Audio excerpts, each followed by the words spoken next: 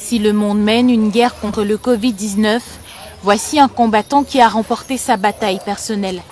À 44 ans, Wisdom Smith sort de près de 14 jours de traitement. J'ai fait aucun symptôme connu de la maladie à la base. Je me suis rendu compte à partir du jeudi en tentant une marche dans le quartier. J'étais toujours essoufflé. J'étais obligé de m'arrêter tous les 100 mètres, m'asseoir quelque part. Là, dans ma tête, c'était Corona. Le samedi, je vais en pharmacie, j'achète des vitamines et des produits pour essayer de remonter comme j'avais une grosse perte d'appétit.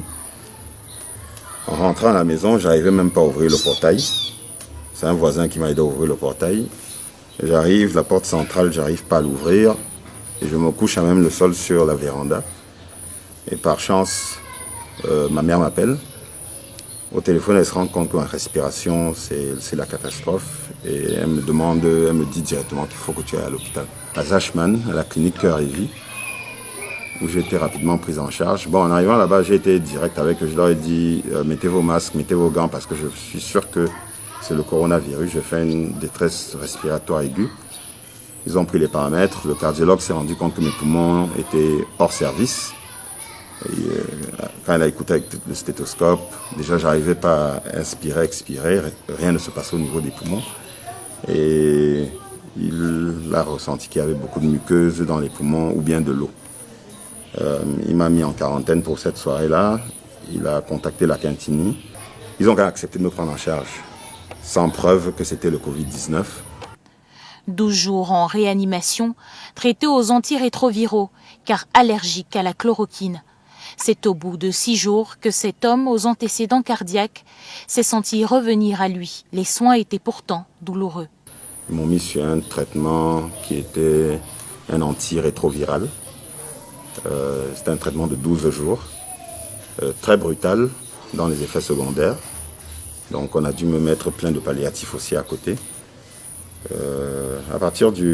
Donc j'ai commencé le traitement le même jour où je suis entré en réanimation.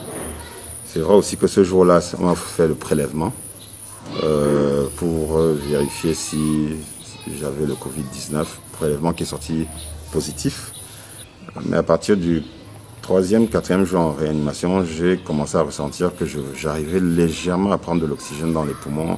Donc moi, mentalement, j'ai compris que ça a commencé à marcher. Pendant la maladie, il a su garder un mental fort, lui qui a pourtant côtoyé la mort.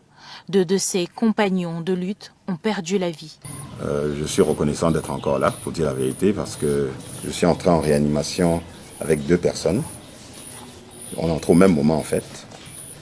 Et mon voisin de chambre, un ancien policier, avec qui j'ai eu la chance de passer 6 jours, ces 6 derniers jours, lui il est parti.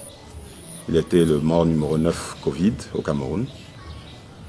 Le lendemain, un autre voisin de chambre, donc lui était dans la chambre juste d'à côté, il était le mort Covid numéro 10, donc je suis reconnaissant déjà d'être là. Comment il a contracté la maladie, une énigme qu'il n'arrive pas à résoudre malgré quelques pistes. Père de 4 enfants et marié, aucun de ses proches n'a été contaminé. Le seul jour où j'ai tilté, c'est quand un client est venu avec son petit frère, qui lui sortait de Chine. Mais je veux dire, si c'est son petit frère qui m'avait contaminé, il aurait dû contaminer son grand frère. Son grand frère n'a jamais fait de maladie. Un autre incident que j'ai eu, c'était dans un salon de coiffure à Bali où je me coiffe.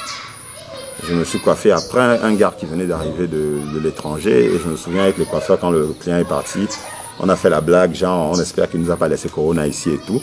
Mais après, quand je cherche les datations dans ma tête, c'était un peu trop récent par rapport à ma maladie. Wisdom devra passer 21 jours en quarantaine.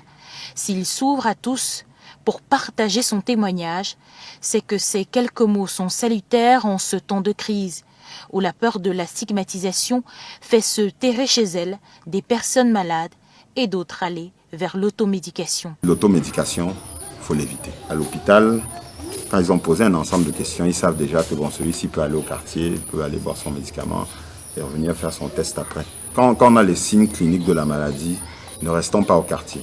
Ne restons pas à la maison confinés parce qu'après on rend malade d'autres personnes à la maison. Et le véritable risque, c'est toutes ces personnes qui sont peut-être âgés avec des systèmes immunitaires faibles, les personnes obèses, les personnes hypertendues, les personnes asthmatiques, les personnes, bref, avec des maladies respiratoires, des maladies cardiovasculaires. C'est eux le véritable risque dans cette maladie. Mais je ne me sens pas stigmatisé, à aucun moment. Parce que moi, même si je sais que le voisin, s'il y a coronavirus, je ne parle pas de lui. Disons la vérité. Je peux à distance faire des actions, mais je vais dire que, gars, easy. C'est l'amour que les gens nous portent qui compte. Je ne vais pas venir à côté de vous à votre chevet de lit, comme les personnes n'est venues à mon chevet de lit. Mais si vous passez votre temps à prier pour moi, c'est mieux. Et donc, stigmatiser, il faut que les gens enlèvent ça de leur esprit. C'est une maladie qui peut être solitaire. Je dis qui peut être. La beauté, c'est qu'on a les téléphones. Il y a Internet, il y a les réseaux sociaux. Moi, à aucun moment, je ne me suis senti seul. Ce n'est pas son mètre 87 et ses 115 kilos, mais plutôt son mental de géant qui l'aura aidé à écraser 450 microns de bactéries. Le virus aura infecté ses poumons, mais aujourd'hui il respire encore. Le virus se sera attaqué à sa gorge, mais aujourd'hui sa voix porte encore plus fort.